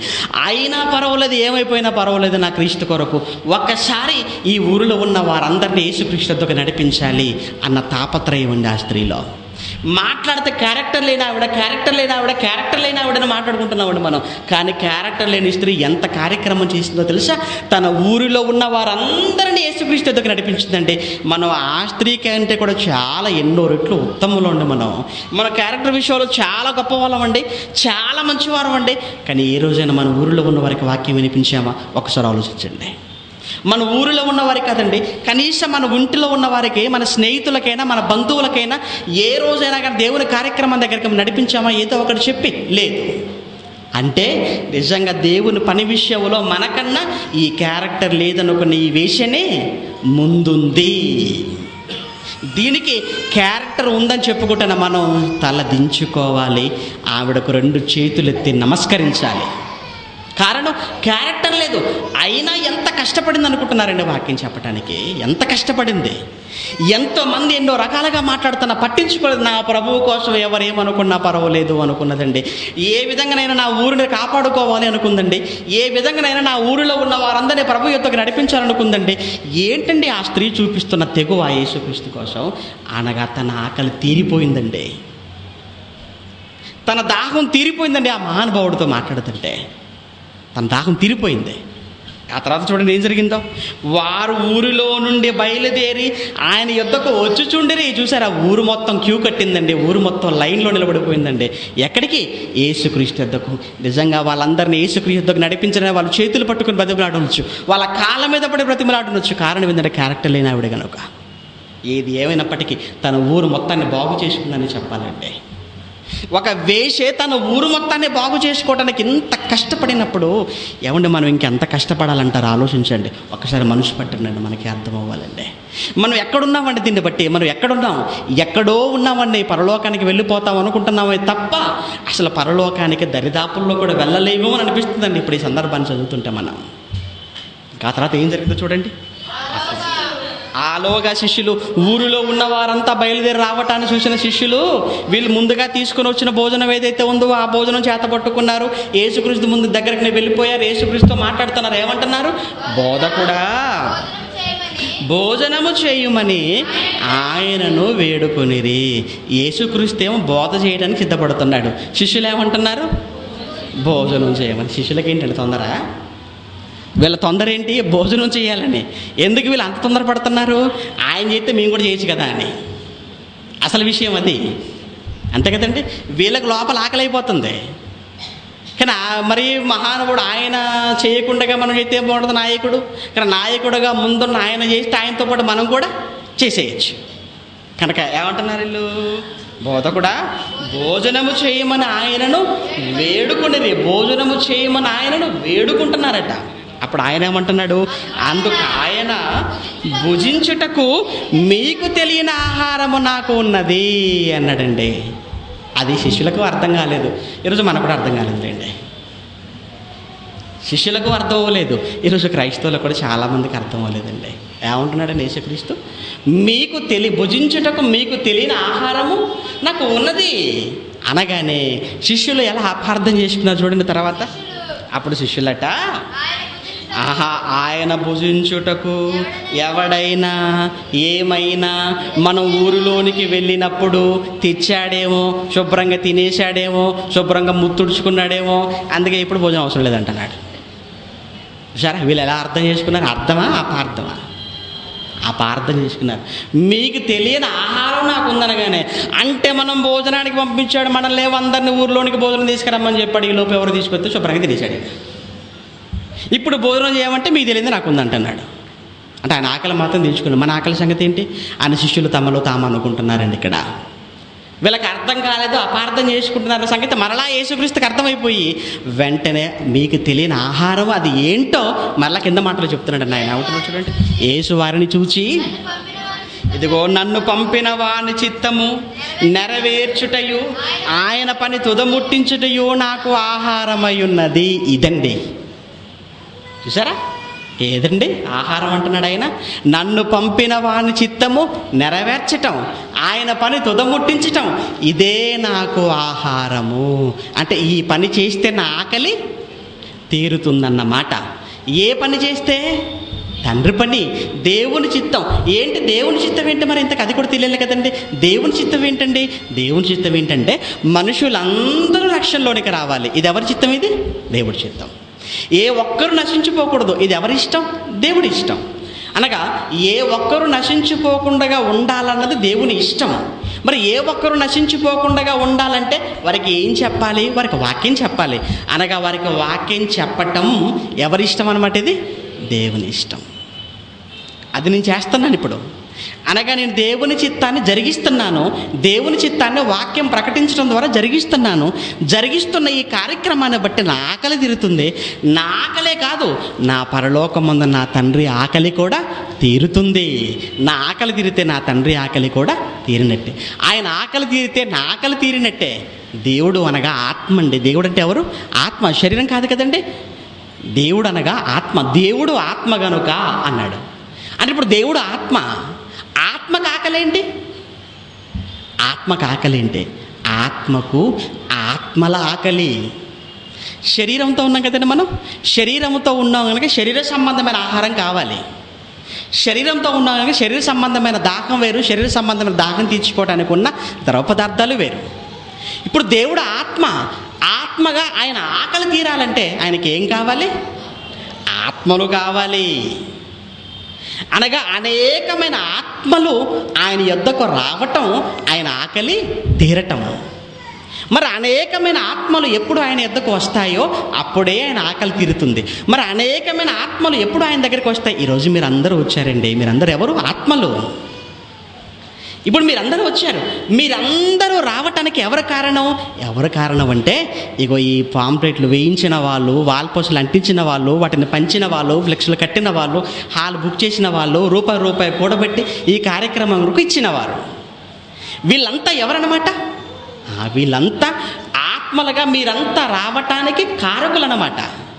అనగా వీళ్ళందరూ మిమ్మల్ని అందరినీ కూడా ఈ వాక్యం కొరకు మిమ్మల్ని అందరూ రప్పించడాన్ని బట్టి వీళ్ళంతా కూడా మిమ్మల్ని వాక్యము ద్వారా మిమ్మల్ని అందరినీ దేవునిలో పెంపొందింప చేయటానికి వీళ్ళంతా కష్టపడ్డారంటే వీళ్ళందరూ దేవుని యొక్క ఆకలిని తీర్చటంలో పాలిభాగస్తులయ్యారని అర్థం.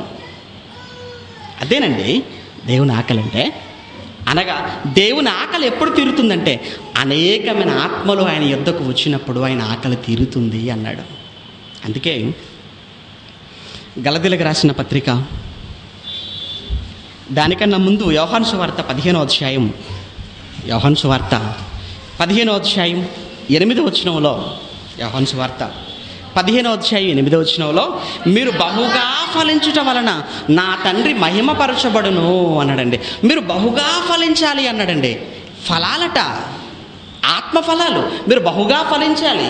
ఏమంటే ఒకప్పుడు 10 మందిగా, 20గా, 30, 40 ఇలా నెల కూడా అనేక మంది ఈ కార్యక్రమాలకు హాజరవుతున్నారంటే ఫలిస్తుంది అన్నమాట ఈ కార్యక్రమం. అలాగే ఈ కార్యక్రమానికి అనేక మంది రావటాన్ని బట్టి ఆత్మలు అనేకంగా ఫలిస్తున్నాయని అర్థం.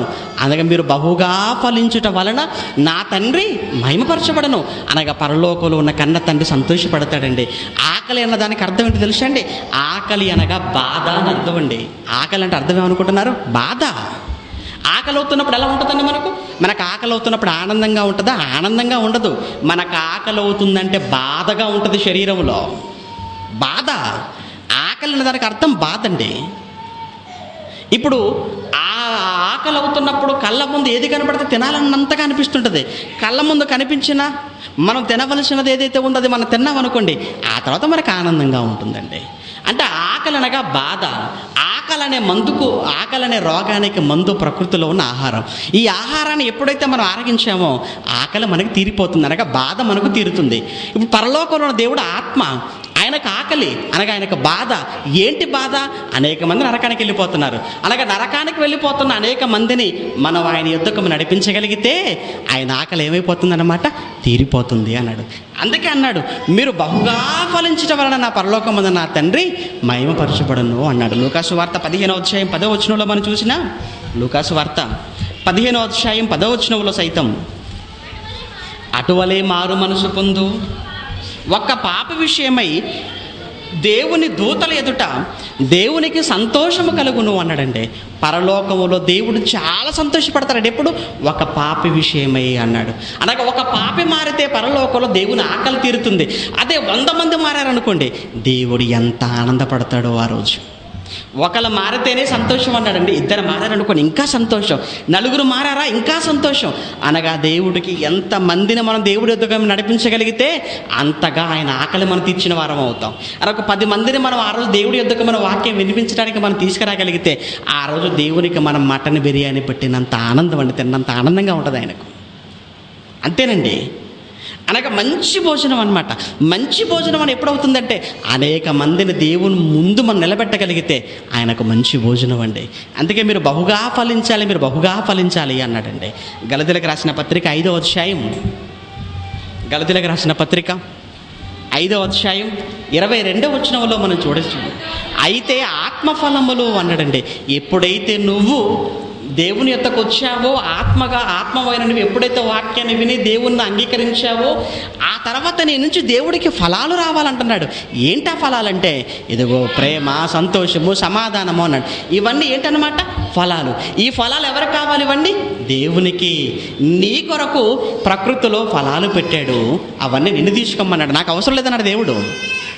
ప్రకృతిలో ఉన్న ఫలాలన్నీ నీకు, కానీ నీ నుంచి రావాల్సిన ఫలాలు ఆత్మఫలాలు ఇవి ఎవరికనమాట? ఇవన్నీ దేవుడికండి. నిజంగా ఆత్మగా మీరు ఫలిస్తున్నారా? నిజంగా మీరు ఫలిస్తే మీరు ఒక్కరి కాదు, అనేక మందిని దేవుని యొద్దకు మీరు నడిపించగలగాలి. అనేక మందిని దేవుని యొద్దకు మీరు నడిపించగలుగుతున్నారంటే మీరు బాగా ఫలిస్తున్నారు. మీరు బాగా ఫలిస్తున్నారంటే దేవుని ఆకలిని మీరు తీరుస్తున్నారన్నమాట. ఒకవేళ ఫలించలేదనుకోండి, ఫలించకపోయినా చాలా సమస్య అండి.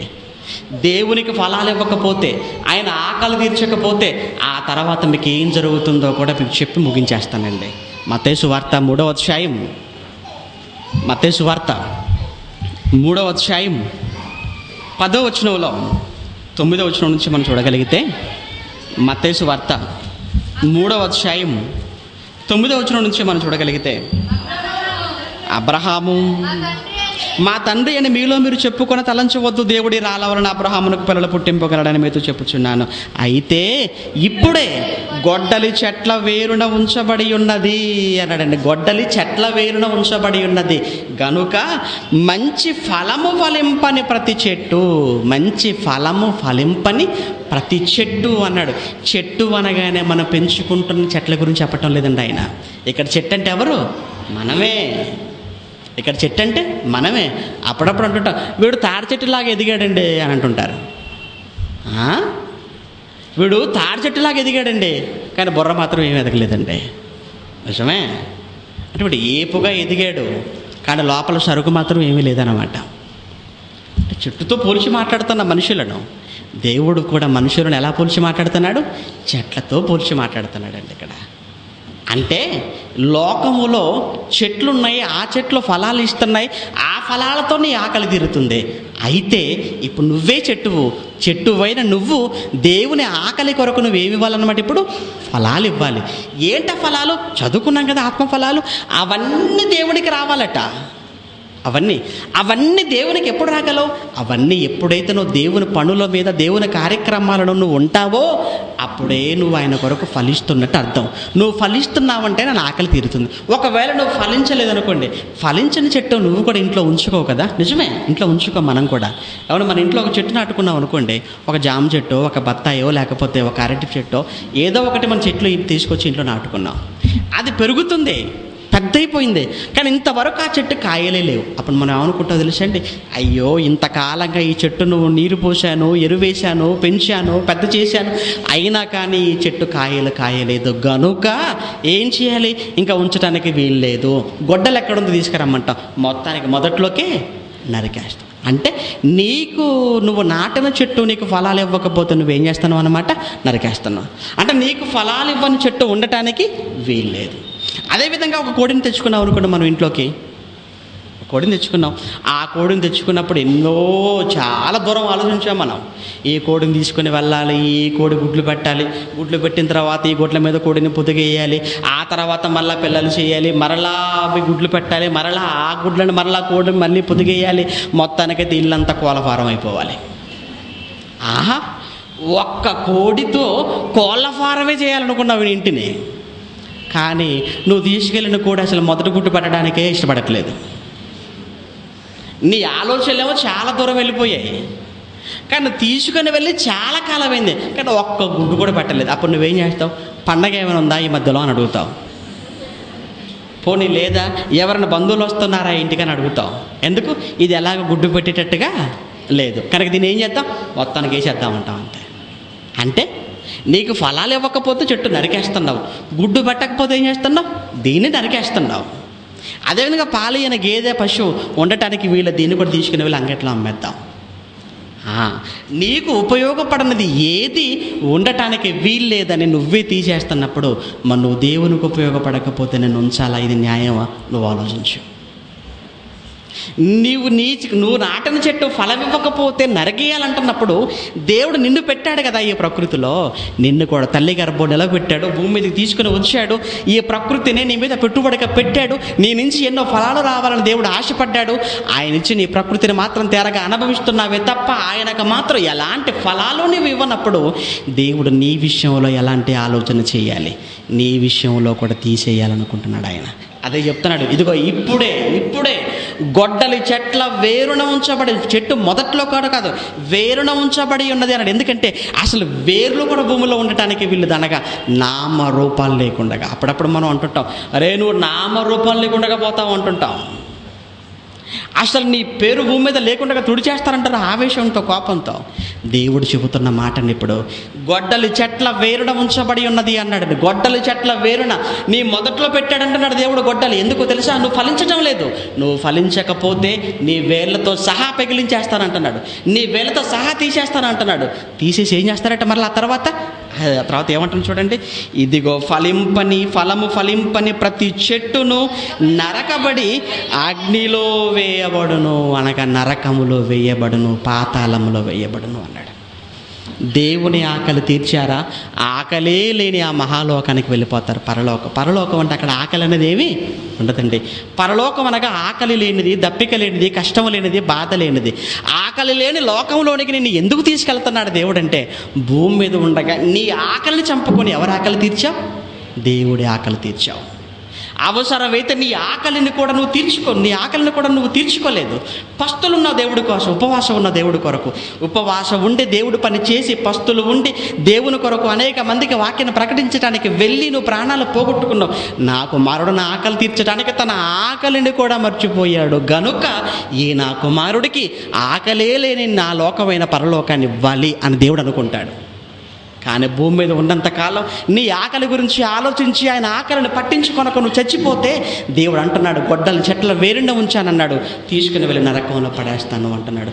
ఏమంటే ప్రపంచంలో దేవుని నమ్మని వారు, దేవుని ఎరగని వారు మన చుట్టూ మన కళ్ళ ముందు ఎంతోమంది ఉన్నారండి. వాళ్ళందరి విషయంలో దేవుడు ఎంత బాధతో ఉన్నాడు, ఎంత ఆకలితో ఉన్నాడు మీరు రాత్రి మీరు అర్థం చేసుకోండి. అనగా వాక్యం తెలియని వారిని చూస్తున్నప్పుడు అయ్యో దేవుడు ఇతని విషయంలో ఆకలితో అలమటించిపోతున్నాడు కదా అనుకోవాలి. వాక్యం వెళ్ళని గ్రామాలను చూస్తూ అయ్యో ఇన్ని గ్రామాలను బట్టి దేవుడు ఎంత ఆకలితో అలమటించిపోతున్నాడో అని నీ మనసుకు తట్టాలి. అలా నువ్వు నిజంగా ఆలోచిస్తే నీకు 5 వేళ్ళు ముద్దగా నోట్లోకి వెళ్ళటానికి వీల్లేదు. నిద్ర పట్టదు, భోజనం చేయాలనిపించదు, పడుకోవాలనిపించదు, ఎక్కడికి వెళ్ళాలనిపించదు. ఆ పరలోకపు తండ్రి ఆకలి నీకు అర్థమైతే, అవునండి, దేవుడు ఒకవైపు ఆకలితో పస్తులు ఉంటున్నాడండి. నువ్వు బాప్తిస్మం తీసుకున్నప్పటి నుంచి ఇప్పటి వరకు ఏ రోజు నువ్వు ఒకరికి వాక్యం చెప్పకుండా దేవుని దగ్గర నడిపించలేదంటే బాప్తిస్మం తీసుకున్నప్పటి నుంచి నువ్వు దేవుని పస్తులు ఉంచావన్నమాట. నువ్వు బాప్తిస్మం పొంది 10 ఏళ్ళైంది. ఈ 10 ఏళ్లలో కనీసం 10 మందిని దేవుని దగ్గర నడిపించావా? లేదు. అనగా ఈ 10 సంవత్సరాలుగా దేవునికి నువ్వేం పెట్టావన్నమాట? దేవుని ఉపవాసం ఉంచావు, నువ్వు మాత్రం బాగా తినేసావన్నమాట. ఇది న్యాయమా? నీ కడుపు నింపిన దేవుని కడుపు కొడతారా? నీ ఆకలి తీర్చిన దేవుని ఆకలితో అలమటించిపోయినట్టుగా మీరు చేస్తారా? వద్దు. అవసరమైతే మనం ఆకలితో అలమటించిపోదాం, మనం పస్తులు ఉందాం, మనం ఉపవాసాలు ఉందాం.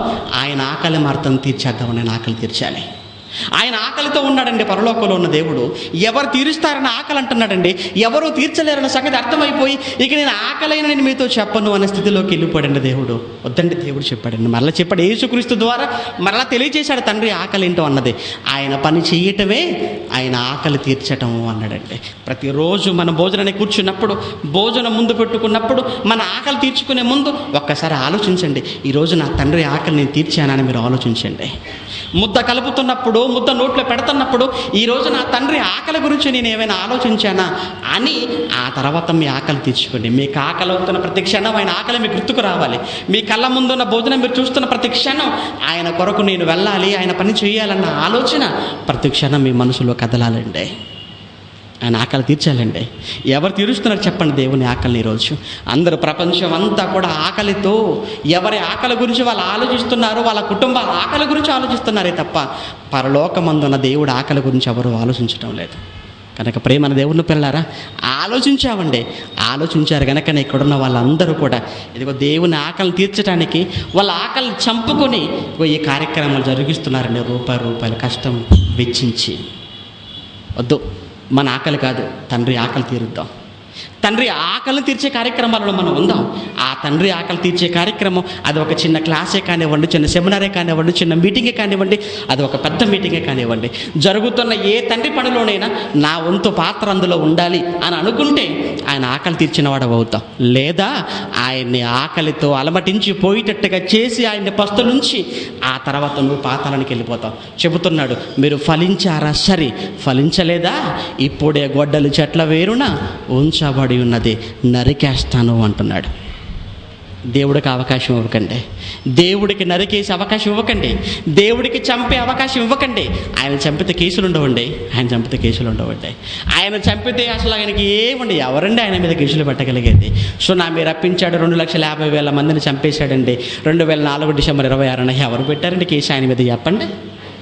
భూమి కంపించింది, భూకంపం వలన లక్షలాది మంది చచ్చిపోయారు. భూకంపానికి కారణం దేవుడే. మరి ఎవరు పెట్టారని ఆయన మీద కేసు అంటారు? ఎవరు పెట్టగలరంటారు? చెప్పండి. వద్దండి. దేవుడికి చేతికి మనం అవకాశం ఇవ్వకూడదు. దేవుడు చంపటానికి మనం అవకాశం ఇవ్వకూడదు. మనల్ని చూస్తున్నప్పుడు దేవుడికి అయ్యో నా కుమారుడికి కొద్ది కాలం ఉంటే బాగుండు అనిపించాలి. నా కుమారుని ఇంకా 10 సంవత్సరాలు ఉంచాలనిపించాలి. ఎప్పుడు అనుకుంటాడు తెలుసా? ఆయన ఆకలిని తీరుస్తున్నప్పుడు. ఆయన ఆకలిని తీర్చకపోతే ఎందుకు వీడు ఉండటం అవసరమా అనుకుంటాడు. వద్దండి. దేవుడికి ఆలోచన కలిగించకండి. మన ఆకలి మార్చుకుందాం, మన కడుపు మార్చుకుందాం, మన ఉపవాసాలు ఉందాం, మన పస్తులు ఉందాం. కానీ ఆయన ఆకలి మాత్రం తీరుస్తూ ఉంటాయి. ఆయన ఆకలి తీర్చే కార్యక్రమాలే ఈ క్లాసులు, ఈ సెమినార్లు, ఈ సభలు. వీటన్నిటిలో మీరు పాలుభాగస్తులు అవ్వండి. దేవుని ఆకలి తీర్చండి. ఆయనకు మీరు శత్రువులుగా మారకండి. ప్రార్థన చేసుకుందాం. కళ్ళు మూసుకొనండి. దయగలిగిన మా కన్న తండ్రి, మీకు వందనాలు నాయన. మీదైన మహాజ్ఞానాన్ని మీ పిల్లల కళ్ళ ముందు పెట్టాను. మీ ఆకలి ఏంటో, మీ ఆకలిని తీర్చడం ఎలానో అన్న సంగతులు వ్రాయబడిన లేఖనాలలో నుంచి నాయన కూలంకుషంగా మీ పిల్లల కళ్ళ ముందుకు పట్టడానికి మీరు చేసిన ముఖ్యంగా ప్రతి నెల ఈ కార్యక్రమం వేల రూపాయల ఖర్చు మనకు జరుగుతున్నది మీకు తెలుసు. దీని కొరకు పిల్లలందరూ కూడా సహాయ సహకారాలు అందిస్తున్నారు. వాళ్ళ కష్టాన్ని పడుతున్నారు. ఇందులో ప్రత్యక్షంగా పరోక్షంగా ఎందరూ మీ పిల్లలకు సహాయ సహకారాలు అందించారు. వాళ్ళందరి కోసం ప్రార్థిస్తున్నాం. మనిషి ఆరోగ్యాన్ని ఆయుష్ను ప్రసాదించమని కోరుతున్నాం. కూడి వచ్చిన మీ పిల్లలను దీవించండి. స్థానికంగా ఉన్న సంఘాన్ని నడిపిస్తున్న మీ పిల్లలైన కాపాడు. సంఘంలో ఉన్న విశ్వాసం అందరి కోసం ప్రార్థిస్తున్నాం. 7 నగరంలో ఉన్న అన్ని సంఘాల మధ్య కాపాడడం మధ్య మనిషి ఐక్యతను సఖ్యతను ప్రసాదించండి. మీ వాక్యాన్ని బట్టి ఏకమవుతూ మీ వాక్యాన్ని గొప్పగా ఈ లోకానికి చాటి చెప్పే పరిస్థితులు మీ పిల్లలకు కల్పించండి. మరో నెలలో మేమంతా కలుసుకొని మరికొన్ని మహాజ్ఞానపు సంగతులు పాఠాలకు నేర్చుకుని పర్యంతం మమ్మల్ని అందరినీ కాపుదలలో వచ్చి కాపాడతా ఆశపడుతూ ఇద్దరి మహాజ్ఞానాన్ని మమ్మల్ని ఏపించడం మీ కుమారుడు మా దేశాలు మంచి ఆరోగ్యాన్ని ఆయుష్ను ప్రసాదించమని కోరుతూ క్రీస్తు నామని ప్రార్థనకి సమర్పిస్తున్నాము తండ్రి. తండ్రి దేవుడు ప్రేమ, కుమారుడు యేసుక్రీస్తుల వారి కృప, పరిశుద్ధాత్మ యొక్క అన్యోన్య సహవాసం ఇప్పుడు సదాకాలం మనందరికీ తోడై నడిపించింది. ఆమేన్.